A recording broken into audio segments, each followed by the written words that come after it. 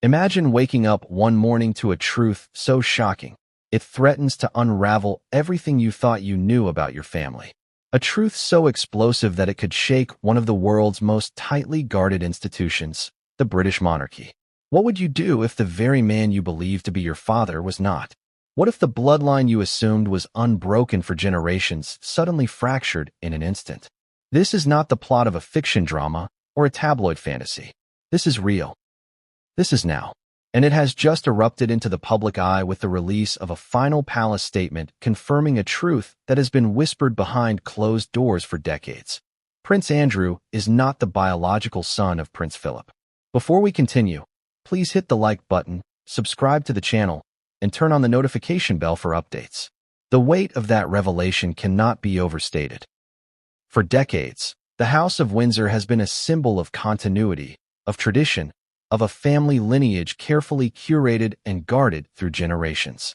Prince Andrew, Duke of York, the second son of Queen Elizabeth II and Prince Philip, was seen as a central figure in the royal story, embroiled in scandals, certainly, but undeniably a royal through blood and heritage.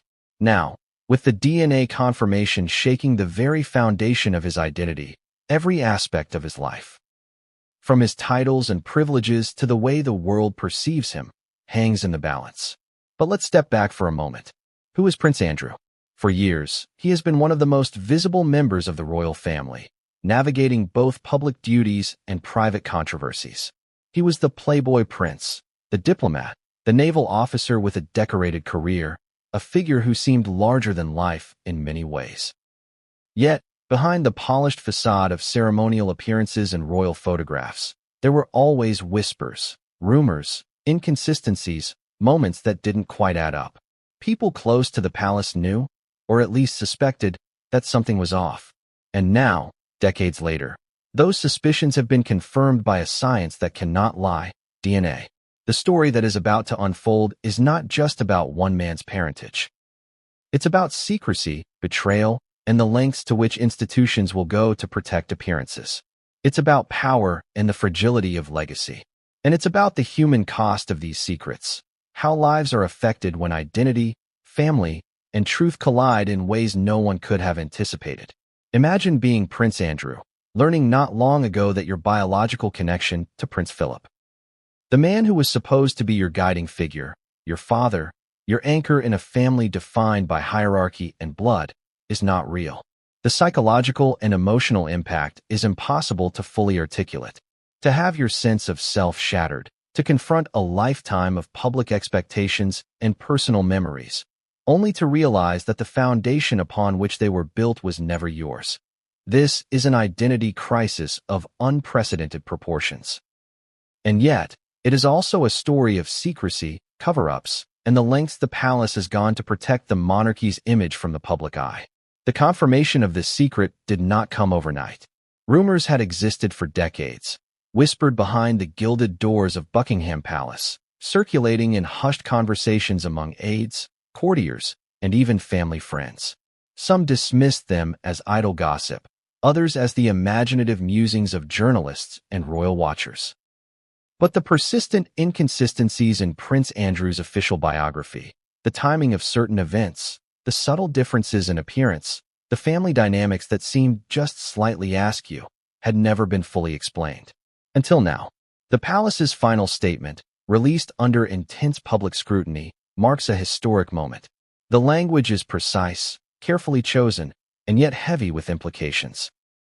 It acknowledges the DNA confirmation, a result that is scientifically irrefutable, and simultaneously attempts to frame the news in a manner that mitigates maximum damage to the monarchy's reputation. But let's be clear, this statement is unprecedented. Never before has a member of the royal family been publicly confirmed as not being the biological child of a reigning royal, and certainly not through a DNA test that could be verified independently. The implications are profound, stretching from legal matters like succession rights to the very perception of the monarchy's legitimacy in the eyes of the public.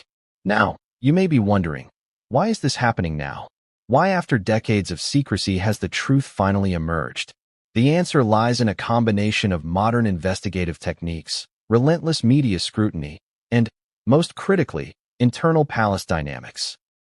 It appears that certain members of the family and palace staff could no longer contain the secret, or perhaps saw an opportunity to control the narrative before leaks or scandals forced the truth into public view in a more damaging way. Whatever the reason, the result is the same: a revelation that has stunned not only the royal family, but the world. And while the DNA results themselves are shocking, the story surrounding them is even more complex. There are questions about how such a cover-up was maintained for decades.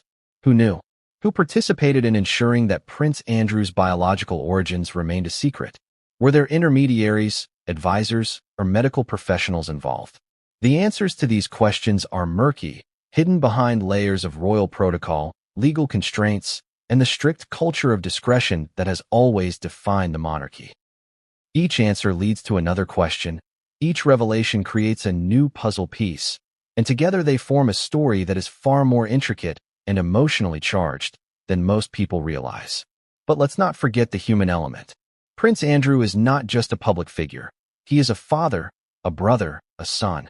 How does this truth impact his relationship with his own children, with his siblings, with the Queen, who now faces the task of managing a scandal that threatens the monarchy's stability? The palace is, in effect, forced to navigate a minefield of public perception, personal grief, and institutional preservation. And for Andrew, there is no easy path forward. He must reconcile his public persona with his private identity, a task made all the more challenging because it is being carried out under the unrelenting gaze of the world's media. Throughout this story, we will explore not only the events leading up to the DNA confirmation, but also the broader implications for the royal family and the monarchy itself. We will examine the ripple effects, the legal, emotional, and political consequences that this revelation carries. We will look at insider accounts, leaked communications, and the historical context that shaped the family dynamics. And perhaps most importantly, we will confront the emotional core of this story. The experience of a man who must come to terms with the fact that the foundation of his life, the man he believed to be his father, is not his father at all. So, why does this story matter to you, the audience? Because it challenges our understanding of identity, family, and legacy. Because it shows how power and privilege can sometimes mask truths that are devastatingly human. And because it is a rare glimpse into the inner workings of an institution that is often portrayed as untouchable, infallible, and unchangeable. The shock of Prince Andrew's DNA confirmation is not just a royal scandal. It is a human story about secrets, betrayal, and the quest for truth. By the end of this video, you will have seen every angle of this unprecedented revelation. You will understand the historical context, the personal consequences, and the palace strategy behind how such a truth was finally revealed. You will witness the human drama that unfolds when a lifetime of assumptions is turned upside down in a single moment of confirmation. And, perhaps, you will ask yourself, if someone as powerful as a royal can face such a shattering truth, what does that mean for the rest of us, for the secrets we keep and the truths we avoid? Imagine a secret so deeply buried that even the most loyal aides of Buckingham Palace could not have predicted its explosion into public view. A secret that, if revealed, would cast a shadow over decades of tradition, loyalty, and carefully curated appearances. That is the story of Prince Andrew, Duke of York, and the revelation that he is not the biological son of Prince Philip. To fully understand the magnitude of this discovery, we need to rewind to the early days of Andrew's life and examine the layers of secrecy, whispers, and palace maneuvering that made this revelation possible. Prince Andrew was born on February 19, 1960, to Queen Elizabeth II and Prince Philip, and from the very beginning, his life was one under intense scrutiny. The public adored the idea of the young prince. An innocent, smiling child growing up within the walls of Buckingham Palace and Windsor Castle. For the world, he represented continuity, lineage, and the hope of a strong, unbroken royal family. But behind the doors of the palace, the story was more complicated. Observers at the time noted subtle inconsistencies, Andrew's mannerisms, certain facial features, and even family interactions that didn't quite align with expectations. For some, these were nothing more than the quirks of a child growing up in the spotlight. For others, They were the first hints of a mystery that would not fully unravel until decades later. Whispers of doubt about Andrew's parentage existed almost from the beginning. Courtiers, family friends, and even distant relatives noticed minor anomalies that did not fit the established family narrative. A private joke about Andrew looking like someone else would circulate quietly in the palace corridors. A puzzled expression from Prince Philip when discussing certain behaviors of his son would be noted by attentive staff. These were subtle breadcrumbs, easy to dismiss at the time, but they formed a pattern that hinted at a truth no one was prepared to confront. As Andrew grew older, his public persona became more pronounced. He pursued a military career, joining the Royal Navy and serving with distinction. He became a figure of charm and confidence, appearing at public events, opening new buildings, and representing the monarchy with poise. Yet, privately, his family dynamics were more strained than the public ever realized. Siblings like Prince Charles and Princess Anne navigated their own complex relationships with their parents, but Andrew's path was uniquely complicated. There was an undercurrent of tension, an unspoken question that never seemed to be addressed directly. Who was he really? The palace has always been a place where secrets are both protected and weaponized. Loyalty and discretion are paramount, and the consequences of speaking out can be severe. For decades, the question of Andrew's biological origins existed in that delicate space between rumor and certainty. Those closest to the royal family understood that some truths were not meant for the public eye. Some truths, they believed, could destroy lives, reputations, and even the institution itself. And yet, even the most seasoned courtiers knew that secrets this big rarely stay hidden forever. It wasn't just whispers within the palace that hinted at something unusual. Andrew's personal relationships and public missteps occasionally brought attention to inconsistencies in his narrative. Observers would sometimes remark on the differences between his appearance and that of his siblings. Other times, it was the subtle strain in his interactions with Prince Philip, a man known for his commanding presence and high expectations, that caught attention. Andrew himself may have been aware, deep down, that something was different, but with a childhood and upbringing steeped in duty, appearances, and hierarchy, the possibility of confronting the truth may have seemed impossible. Historical context is critical here. The 1960s were a time when the monarchy placed enormous emphasis on image, stability, and the illusion of perfect lineage. Any suggestion that a member of the royal family might not be biologically connected to their parent would have been considered scandalous beyond comprehension. The idea of secrecy, discretion, and silent management of personal matters was ingrained in the palace culture. Any acknowledgement of a potential discrepancy in Andrew's parentage would have required careful planning, and the fallout could have been catastrophic, both legally and socially. Over the decades, multiple factors contributed to maintaining the secret. Medical records were closely guarded. Private correspondence was routinely monitored, and advisors were selected for their discretion and loyalty. Family friends were sworn to secrecy, and anyone deemed a risk of speaking out was carefully managed. And while Andrew carried on with his life, joining the Navy, marrying, and performing royal duties, this secret lingered in the background, like a storm cloud waiting to break. Even within the palace, some staff were quietly alarmed by what they suspected.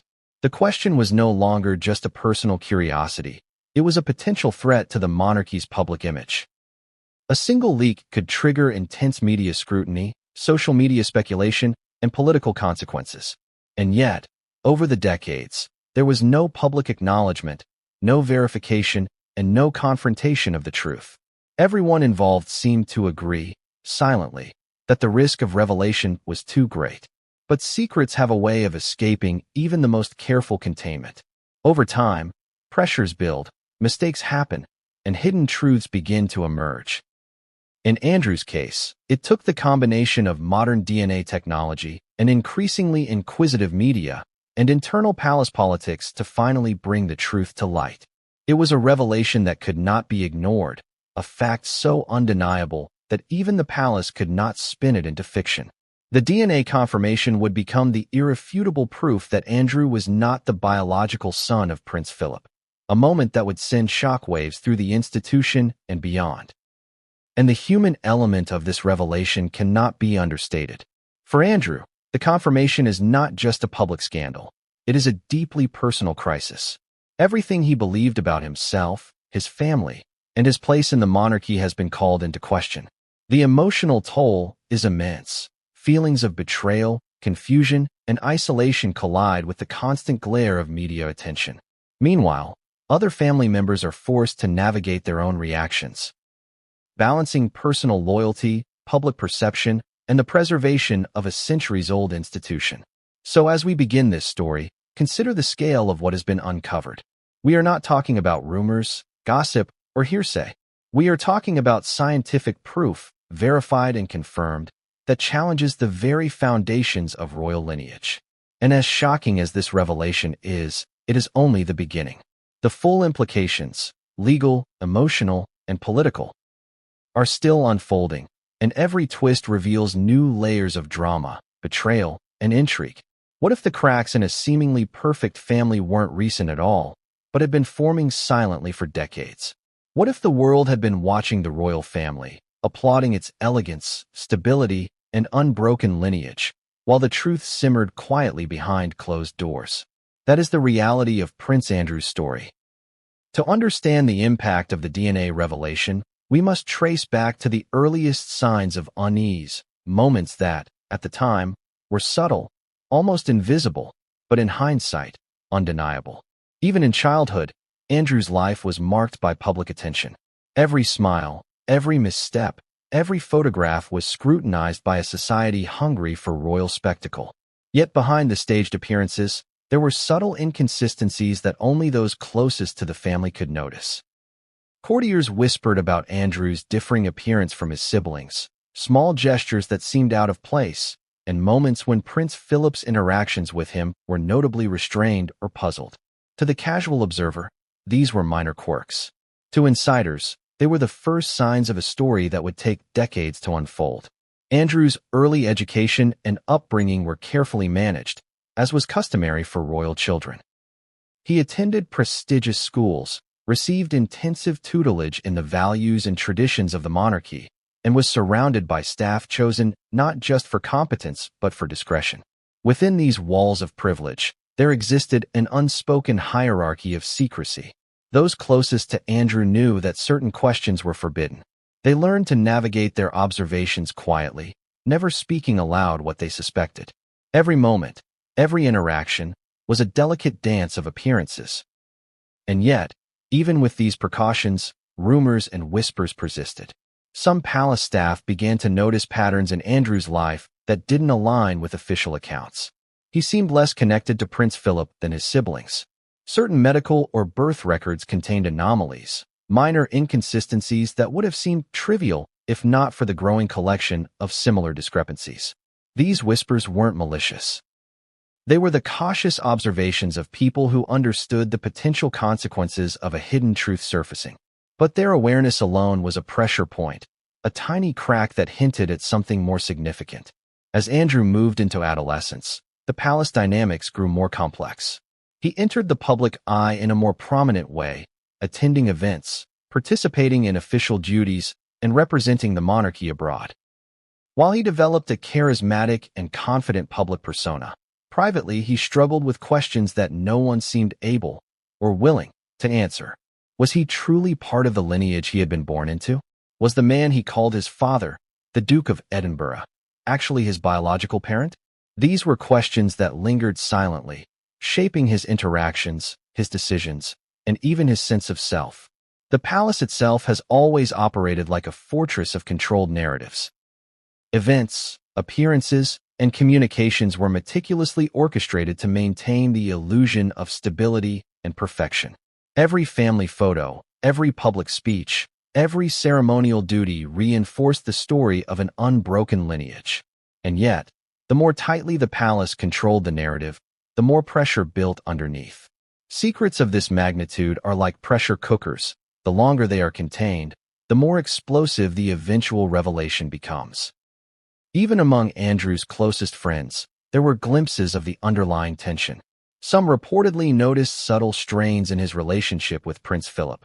an absence of paternal warmth that contrasted sharply with the otherwise affectionate bond Philip shared with Charles and Anne.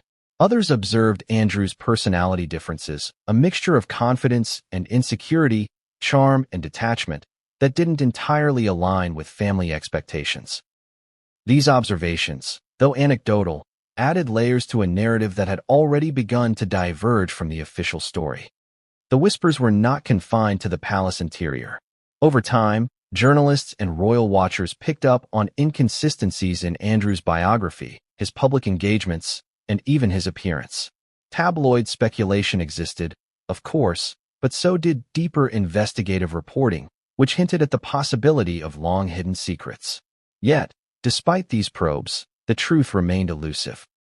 The monarchy's control over access, information, and media narratives was formidable, and any hint of scandal was carefully managed or deflected.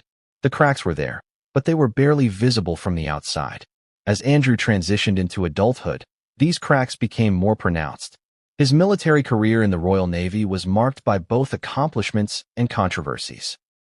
He served with distinction in the Falklands War, earning accolades and respect, yet even these achievements could not shield him from personal scrutiny.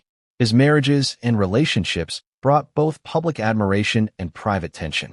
And all the while, the question of his parentage remained a silent shadow, unspoken, yet ever-present. Consider the symbolism of lineage within the monarchy. It is not just about family pride or tradition. It is about succession, stability, and public trust. Any hint that a direct heir may not be biologically connected to the reigning monarch challenges the very foundation of royal authority. And yet, for decades, those closest to Andrew navigated this tension quietly, protecting the facade, maintaining appearances, and ensuring that the cracks did not widen in a way that would attract public attention. It was a delicate balance, one that required vigilance, discretion, and careful planning. By the time the whispers turned into serious internal speculation, Andrew was already deeply embedded in the royal structure. Any confrontation of the truth would have far-reaching implications, not just for him, but for the entire institution. And yet, in the shadows, preparations for eventual disclosure were beginning. Driven not by desire to expose scandal, but by the inescapable progression of time, advances in technology, and an increasing awareness that secrets this large could not remain hidden forever. Even as these cracks appeared, Andrew's public life continued as if nothing were amiss. He carried out his duties, represented the monarchy with charm, and maintained the appearance of a confident, secure prince. The public narrative remained intact. Prince Andrew, son of Queen Elizabeth II and Prince Philip, dutiful royal, charismatic, and visible in the world stage. The contrast between public perception and private suspicion created a tension that few could navigate. For insiders, each day was a careful exercise in maintaining calm, preventing leaks, and preparing for the moment when the truth could no longer be contained. And now, decades later, that moment has arrived. The DNA confirmation has finally exposed the fractures that were once invisible, forcing the royal family to confront a reality that could no longer be denied. The cracks that first appeared quietly in childhood have widened into a revelation that has shaken the monarchy to its core. But even as the public absorbs this unprecedented news, there are layers yet to unfold. Who else knew about this secret? How was it hidden for so long? And what does it mean for Andrew's titles, his privileges, and his standing within the royal family? Each answer leads to another question. Each revelation uncovers another layer of intrigue, and every moment brings us closer to understanding the full magnitude of this royal fracture. What if a single letter, hidden for decades, could unravel the carefully constructed facade of a royal dynasty? What if words penned in secrecy held the power to change everything the world thought it knew about the House of Windsor? That is exactly what began to happen when a forbidden letter, long believed to be lost, resurfaced in unexpected hands. It would prove to be a key piece of a puzzle whose final image no one was prepared to see. For decades, communication within the royal household has been carefully curated. Letters, memos, and personal notes were not merely personal correspondence. They were instruments of power, control, and discretion. Sensitive topics, including lineage, succession, and internal conflicts were often documented in writing. But these documents were always protected, hidden in private archives, and accessible only to the most trusted aides. The forbidden letter concerning Prince Andrew's parentage was no exception. It was considered explosive, capable of shattering both public perception and private relationships. The origins of the letter remain murky. Some claim it was written by a long-serving palace advisor who feared the implications of the truth being ignored. Others suggest it may have been penned by a family member, someone who, even within the rigid walls of royal hierarchy, could not bear the burden of secrecy. What is known is that the contents of this letter were never intended for public eyes, or even for Prince Andrew himself. It was a confession, a revelation, a roadmap to a truth the palace had spent decades concealing. Inside, the letter outlined suspicions that had existed quietly for years. Subtle references to inconsistencies in Andrew's early life, veiled mentions of lineage doubts, and cryptic warnings about the consequences of public disclosure hinted at an uncomfortable reality. It spoke of whispers among staff, unusual patterns in medical documentation, and small but significant anomalies in behavior and appearance that could not be ignored. For those who read it, the letter was both confirmation of what they had feared and a roadmap of how the palace had attempted to maintain control over the narrative. When the letter resurfaced, it did so under unusual circumstances. The exact details of its discovery remain classified, but insiders suggest that it emerged during a routine archive review, triggered by mounting internal concerns over Andrew's public image and recent scandals. Those who found it immediately recognized its significance. They understood that its contents, if leaked or exposed, could become the catalyst for the DNA confirmation that would ultimately shake the monarchy. The document was not just historical. It was revolutionary, a piece of evidence that tied decades of rumors to irrefutable facts. The reaction to the letter's resurfacing was immediate and dramatic. Within the palace, there was panic, followed by rapid strategic planning. Advisors convened emergency meetings, attempting to assess the potential damage and determine how best to manage the fallout. This was not simply about Andrew. It was about the institution, the monarchy, and the centuries of credibility they had built. Every word of the letter was scrutinized, every potential leak traced, and every possible contingency considered. The stakes were enormous, and the palace knew that the next steps would determine whether they could control the narrative or be forced into public damage control. For Prince Andrew, the letter represented a personal threat of immense proportions. He may have suspected some truths, sensed some inconsistencies, but the idea of a written confirmation, articulating decades of whispers and rumors, was a shock that cut deeper than any public scandal. It was not merely about embarrassment or public perception. It was about identity. Every page of that letter challenged the very foundation of who he believed himself to be, casting doubt on his parentage, his place within the family, and the life he had built around assumptions of legitimacy. The emotional weight of the letter cannot be overstated. To be confronted with a written record of long-held suspicions forces one to reckon with both private and public realities. For Andrew, there was the sting of betrayal, the isolation of secrecy, and the pressure of knowing that even loyal aides may have known more than he did. The letter was a mirror reflecting decades of concealed truths, and it was impossible to ignore. This letter also offered an extraordinary glimpse into palace politics, the internal mechanisms that govern behavior, and the strategic thinking required to protect the monarchy. It described how staff were instructed to remain silent, how certain records were modified or carefully guarded, and how even minor anomalies were suppressed or explained away. The letter painted a vivid picture of a household in constant management mode, a family balancing duty, tradition, and the weight of secrets too explosive to be revealed. And yet, despite the care taken to protect the document, its existence was inevitable. Secrets, no matter how carefully hidden, have a way of surfacing. The passage of time, changes in staff, and the evolution of technology created conditions where even the most sensitive documents could no longer remain concealed.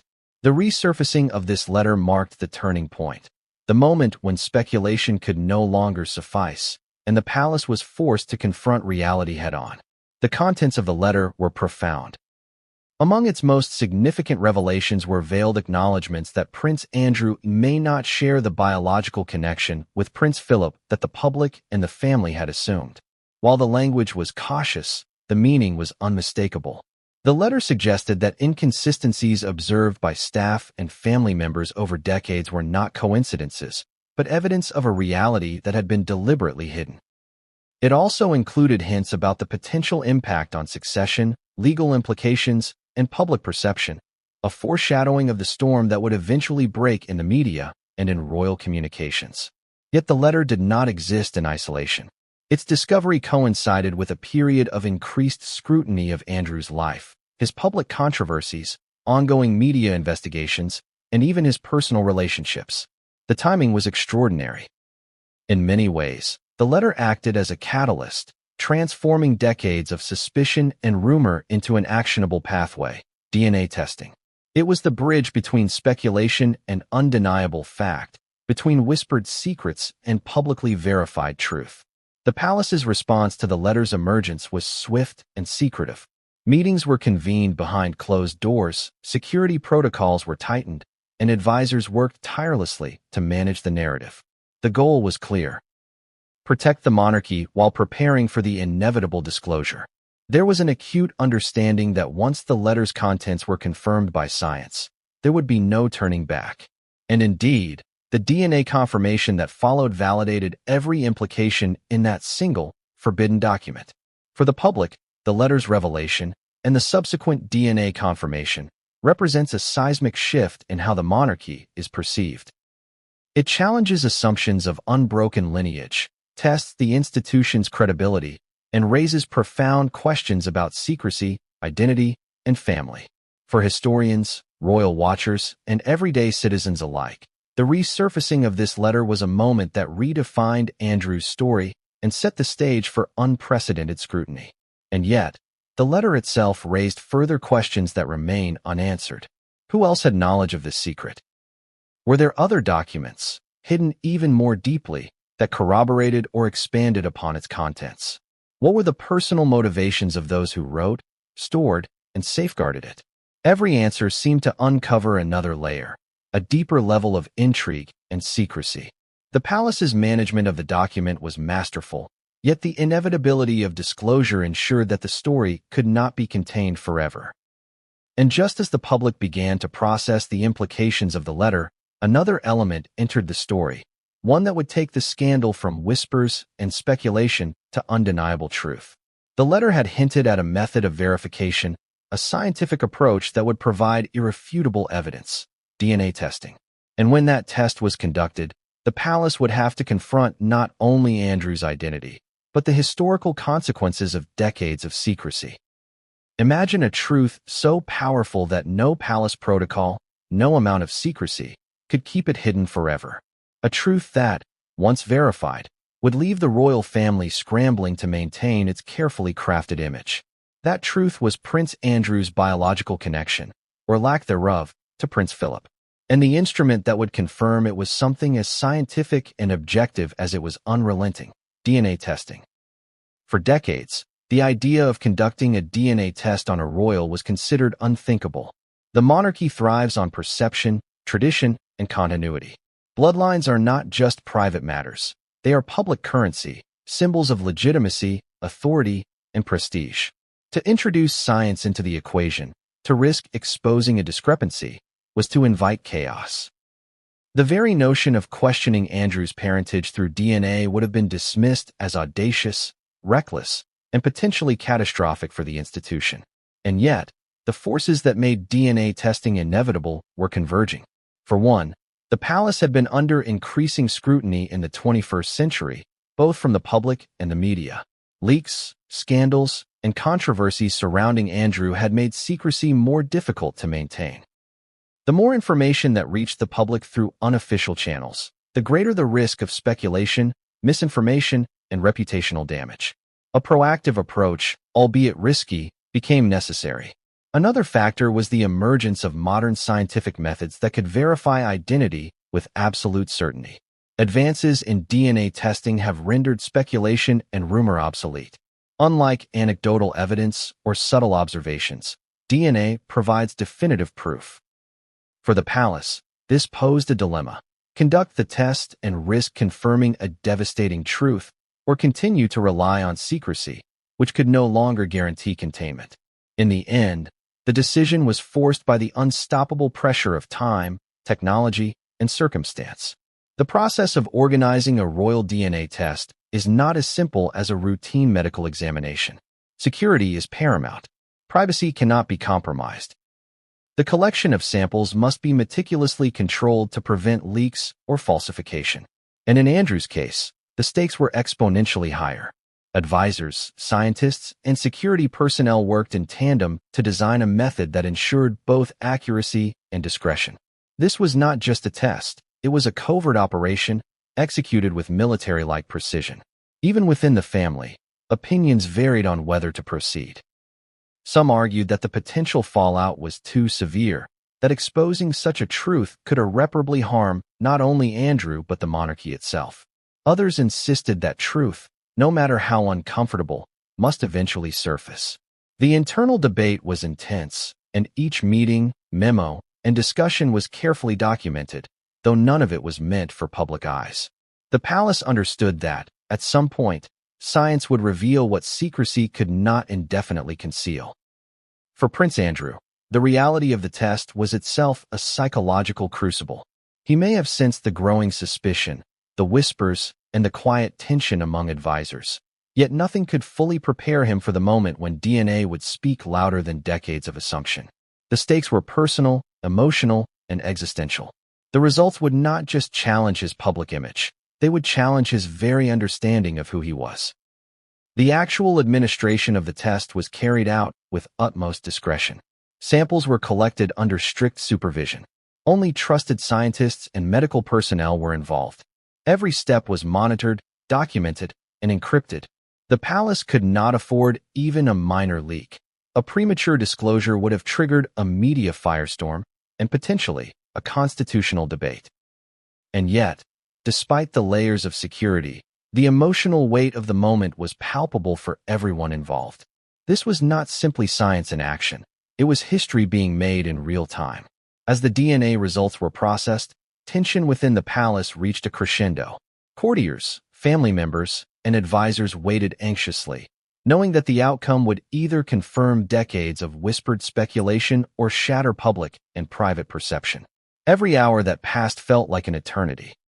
Even minor details, the timing of communications, the movement of key personnel, the encrypted handling of data, were scrutinized with the intensity of a spy thriller. When the results finally arrived, the confirmation was unequivocal. Prince Andrew was not the biological son of Prince Philip. The implications were staggering. Everything the palace had constructed around Andrew's identity, privileges, and place within the family had to be reevaluated. This was not simply a personal revelation. It was an institutional earthquake.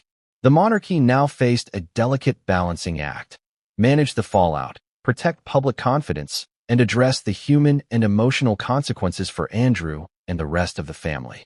The emotional impact on Andrew himself cannot be overstated. For a man who had lived his entire life believing in a connection that was now scientifically disproven, the psychological toll was immense. Feelings of betrayal, disorientation, and confusion collided with the weight of public scrutiny. For the first time, Andrew's private reality was irreversibly at odds with the narrative the world had accepted for decades. Every relationship, every memory, every assumption about family was now subject to question. The palace's response was immediate. Emergency meetings were held behind closed doors. Advisors drafted carefully worded statements. Legal teams prepared for the potential implications on succession, inheritance, and royal privileges.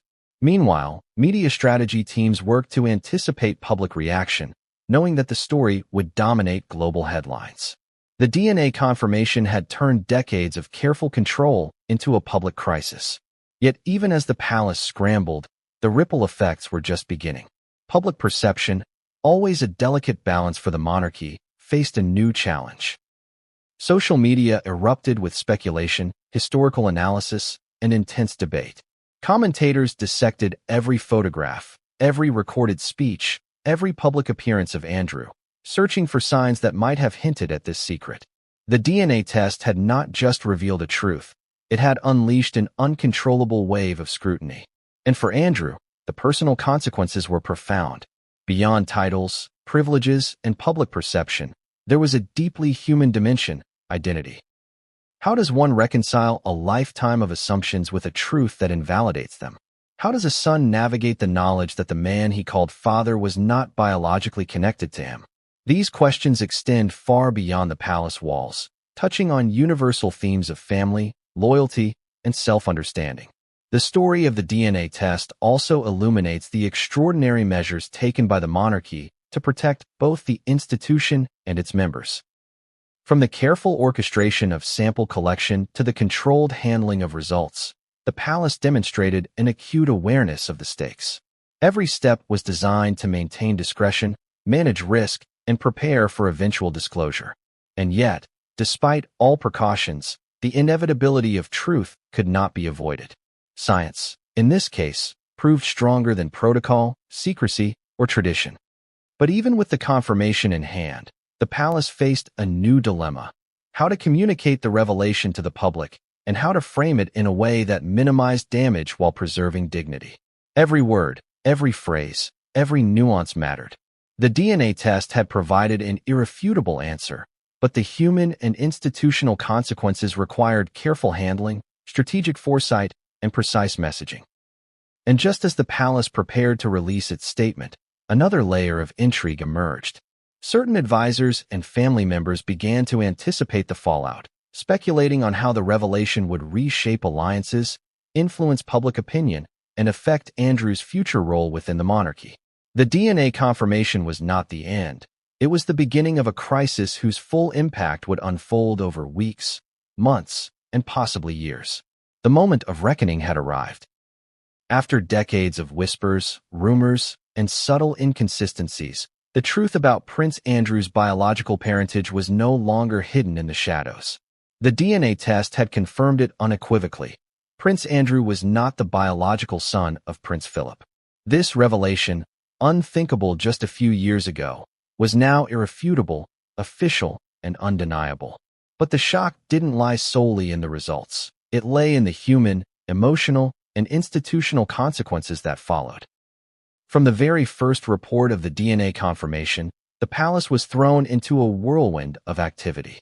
Advisors convened emergency meetings behind closed doors, strategists drafted statements to manage public perception, and legal experts debated the potential ramifications for succession, inheritance, and royal protocol.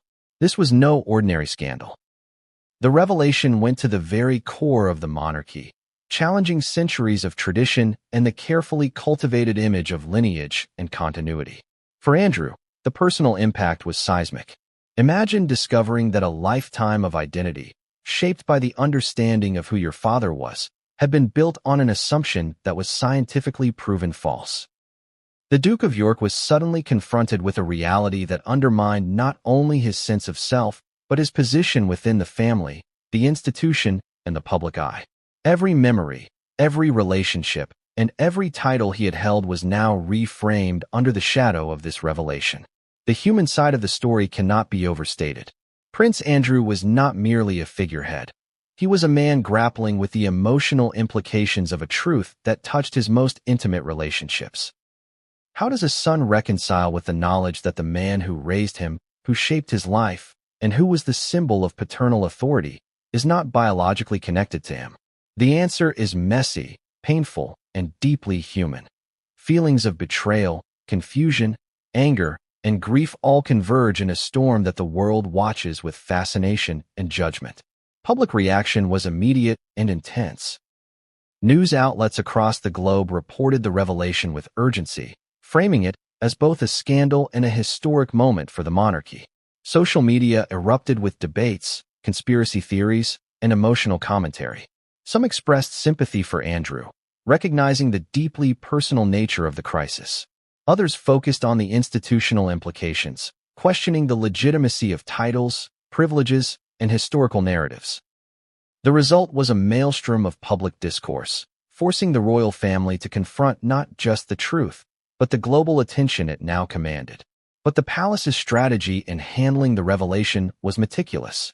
The final statement was carefully crafted to acknowledge the truth while attempting to maintain dignity and authority. Language mattered more than ever. Words were weighed for impact, phrasing was scrutinized, and every line was designed to balance transparency with preservation of the monarchy's image. Even so, the statement could not erase the profound emotional and historical shock of the DNA confirmation. It was unprecedented, historic, and undeniably disruptive. One of the most striking aspects of this revelation was its implications for Andrew's titles and privileges. The monarchy relies on bloodlines not only for ceremonial purposes, but also for legal and financial structures. Titles are more than honorifics. They are embedded in the historical and legal framework of the institution. Questions immediately arose. Would Andrew retain his Duke of York title? Would his royal privileges be adjusted or revoked? And what did this mean for his children, who had grown up believing in a particular family lineage that was now scientifically disproven? Each of these questions added layers of tension, both personal and institutional. The emotional toll extended beyond Andrew. Other family members, including the Queen, Prince Charles, Princess Anne, and even Prince Edward, faced their own reckoning. Relationships, alliances, and trust were now colored by the DNA confirmation. How could they interact with Andrew knowing this truth? How would public perception affect their roles and duties? For centuries, the monarchy had operated under the assumption of unquestioned lineage. Now, even the closest advisors had to navigate uncharted territory. Andrew's personal life also came under scrutiny. His relationships, public image, and past decisions were reinterpreted through the lens of this revelation. Every public appearance, every speech, every photograph was dissected for signs of hidden tension or underlying truth. The narrative of his life, celebrated, criticized, and observed by millions, was suddenly reframed. No longer was he merely the Duke of York or the son of Queen Elizabeth and Prince Philip. He was the man at the center of a historic identity crisis, whose life had been irrevocably altered by science and secrecy. Interestingly, the revelation also sparked discussions about the broader monarchy and its role in modern society. If a secret this profound could be hidden for decades, what did it mean for public trust? How would future generations perceive an institution that balances centuries of tradition with the realities of human imperfection? Scholars, historians, and journalists began debating the implications, not just for Andrew, but for the institution as a whole. The monarchy had survived wars, political upheavals, and scandals. But this revelation touched something deeper, the very essence of identity, lineage, and legitimacy. The timing of the disclosure was also critical. It coincided with ongoing discussions about modernization, transparency, and accountability within the royal household. Calls for openness had been growing louder, and this revelation forced the institution to confront these demands head-on. The DNA confirmation was not just a personal matter. It became a public spectacle, a case study in the tension between privacy, tradition, and modern scrutiny. And yet, even amid the chaos, there were elements of human resilience and adaptation. Andrew, though shaken, began to navigate his new reality, attempting to reconcile public duties with private grief. The palace, while struggling with the shockwave, worked tirelessly to maintain continuity, ensure operational stability, and manage public perception. Every decision was scrutinized, every action weighed, and every statement considered in the context of a global audience hungry for answers and drama. The story also revealed the limitations of secrecy in the modern era. For centuries, the monarchy had relied on controlled narratives, trusted advisors, and discreet management of sensitive information. Yet in an age of technology, media scrutiny, and scientific verification, even the most tightly guarded secrets are vulnerable. The DNA confirmation proved that some truths cannot be contained indefinitely, no matter how powerful the institution or loyal the staff. Finally, the revelation left a lingering, profound question: what next? The DNA confirmation was undeniable, but the human, legal, and institutional ramifications were only beginning to unfold. Andrew's identity had been irrevocably altered, and the monarchy faced a challenge unlike any in modern history. What would happen to titles, privileges, and public duties? How would other family members react? And perhaps most poignantly, how would the world, and Andrew himself, come to terms with the truth that had been hidden for decades? Imagine living a life carefully structured by centuries of tradition, only to have that structure suddenly shake beneath your feet. That is the reality Prince Andrew now faces. The DNA confirmation that proves he is not the biological son of Prince Philip has implications far beyond personal identity. It calls into question his place within the line of succession, his royal privileges, and the very framework of a monarchy built upon hereditary legitimacy. The British line of succession is one of the most scrutinized and historically rooted institutions in the world. Every birth, marriage, and title is meticulously documented and legally codified. The assumption of an unbroken bloodline is central to the institution, forming the basis for legitimacy, authority, and public trust. For Andrew, who has held his position in this line for decades, the DNA revelation disrupts everything. If he is not biologically Philip's son, does that affect his legal status within the monarchy? Does it impact his right to the titles he has held, the privileges he has enjoyed, or the ceremonial roles he has performed? Historically, the monarchy has dealt with questions of succession with both discretion and pragmatism. Past disputes were often resolved quietly within the palace, with advisors guiding decisions to protect both the family and the institution. But the DNA revelation is unique. Unlike prior succession questions, it is scientifically verified, irrefutable, and public. This is not a debate over interpretation, marriage, or legitimacy through law. It is an empirical fact that challenges the very foundation of Andrew's position. Inside Buckingham Palace, the implications were discussed at length. Advisors and legal experts had to navigate a delicate balance, honoring tradition, maintaining public confidence, and managing the personal ramifications for Andrew.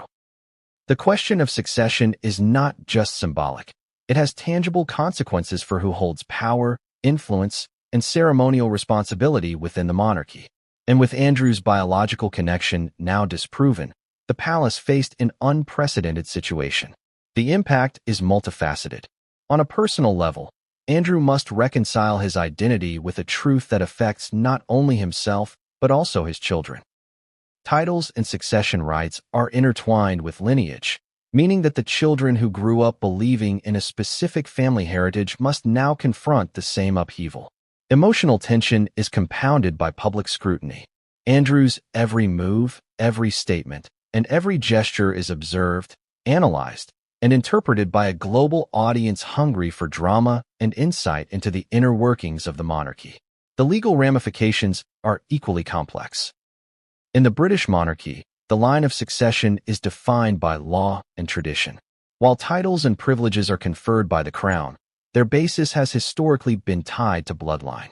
If Andrew is not biologically Philip's son, legal experts must examine the precedent. Does this affect succession? Could his children be impacted? And how will the monarchy handle the potential fallout while ensuring the continuity of governance and public trust? Each of these questions requires careful navigation, as the consequences could reshape the very structure of the royal hierarchy. But succession is not the only area affected. The palace must also consider public perception. The monarchy relies heavily on legitimacy in the eyes of the public. Any suggestion that bloodlines are broken or unclear risks undermining confidence in the institution. Andrew's DNA confirmation, while private in its testing, became public knowledge in a way that could not be mitigated. The palace had to manage the story carefully, controlling narratives, issuing statements, and strategically guiding media coverage. Every word mattered. Every pause, every gesture, was scrutinized for signs of acknowledgement or guilt. Even within the family, tension is inevitable. Prince Charles, Princess Anne, and Prince Edward now face the delicate task of navigating both personal and public reactions. How do they interact with Andrew in private? How do they manage their public appearances knowing that a scientific fact has altered the perceived lineage? And how do they balance loyalty to their brother with the institution's need for credibility and stability? These questions underscore the emotional complexity of the revelation. Andrew himself faces a profound internal reckoning. The question of identity, who he is, who he was raised to be, and what that meant for his role in the monarchy, is now inseparable from the public and institutional consequences. Every public appearance, every ceremonial duty, and every private interaction is filtered through the lens of this revelation.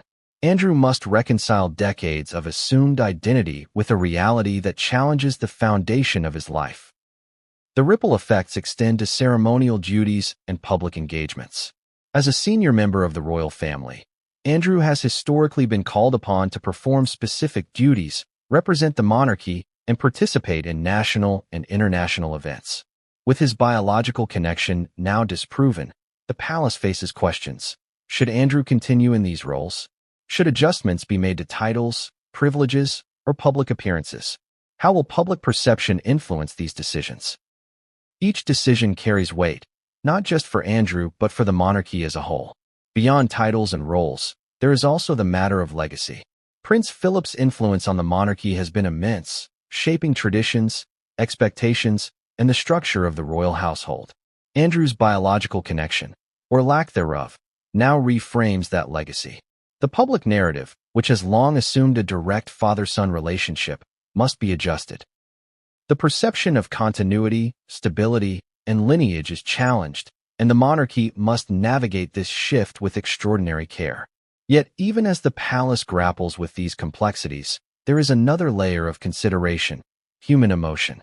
The revelation does not exist in a vacuum. It affects relationships, family dynamics, and personal bonds. Andrew must navigate feelings of betrayal, isolation, and grief while simultaneously managing his public image.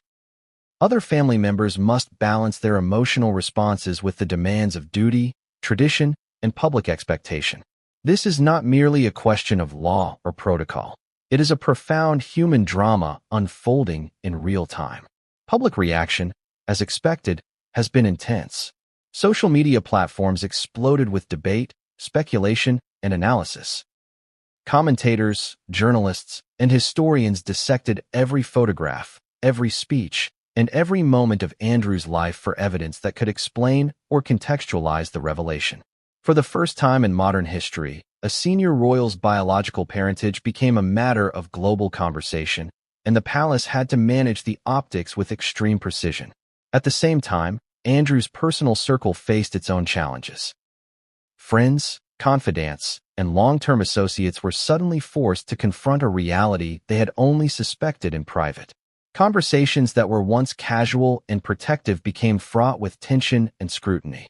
Alliances shifted, loyalties were tested, and the human cost of secrecy became painfully apparent. The DNA confirmation was not just a scientific fact, it was a social and emotional earthquake. And yet, despite the turmoil, the monarchy has always demonstrated resilience.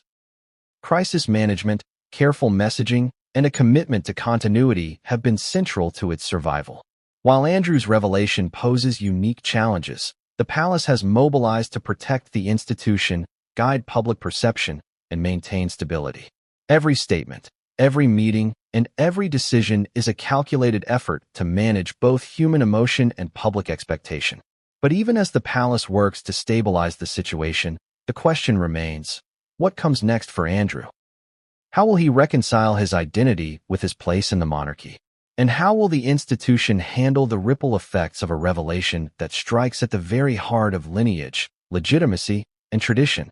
The answers are uncertain, and the next moves will shape the monarchy's future in ways that no one yet fully understands. What if everything the royal family did to protect its image for decades was part of a carefully orchestrated cover-up? What if the same institution that represents tradition, honor, and duty had been actively working behind the scenes to hide the truth about Prince Andrew's lineage? That is exactly what a palace insider revealed, exposing a web of secrecy, manipulation, and strategies designed to maintain appearances at all costs. The insider, a former senior aide with decades of experience in royal affairs, described a palace machinery that operated with meticulous precision. Every move, every decision, and every communication was carefully monitored. Sensitive matters, particularly anything that could challenge the narrative of Andrew being Prince Philip's biological son, were handled with extreme discretion. According to this source, the palace had long recognized anomalies in Andrew's early life. inconsistencies that might seem minor to outsiders, but were impossible to ignore for those living within the inner sanctum of the royal household. These anomalies included subtle physical traits, behavioral tendencies, and private interactions that suggested a disconnect between Andrew and Philip. While publicly unnoticeable, within the palace, they were discussed quietly among trusted aides. The insider revealed that some staff members even went as far as to question documents, correspondence, and medical records, trying to understand how such discrepancies could exist without undermining the family's carefully constructed narrative. The insider's account paints a picture of a palace engaged in active damage control. There were meetings behind closed doors, emergency strategy sessions, and instructions issued to staff to manage potential leaks. In some cases, the insider claims, records were carefully edited or selectively shared to ensure that no information could escape that might hint at the underlying truth. The goal was simple: protect the monarchy, preserve Andrew's public image, and maintain the illusion of unbroken lineage. One of the most striking revelations was how far the palace went to control Andrew himself.